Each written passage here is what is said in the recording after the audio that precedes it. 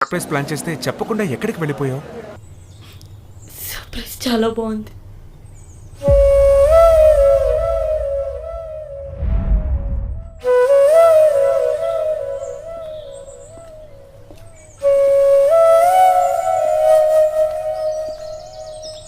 ఏ అను, ఒక్క నిమిషం.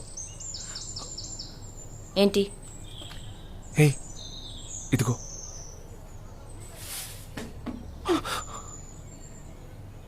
పిచ్చిదాని కదా,